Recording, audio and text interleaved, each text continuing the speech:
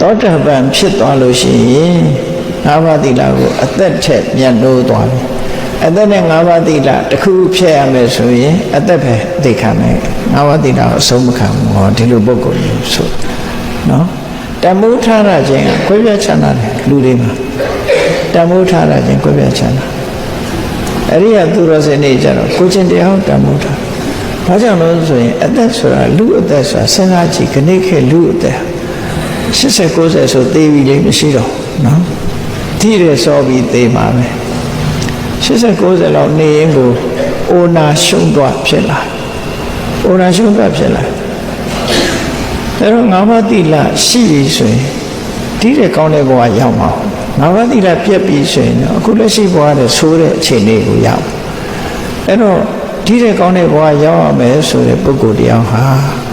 ၅ပါးသီလကိုမျက်မျက်နှုံနှုံထိမ့်သိမ်းဆောင်ရှောက်မှာပေါ့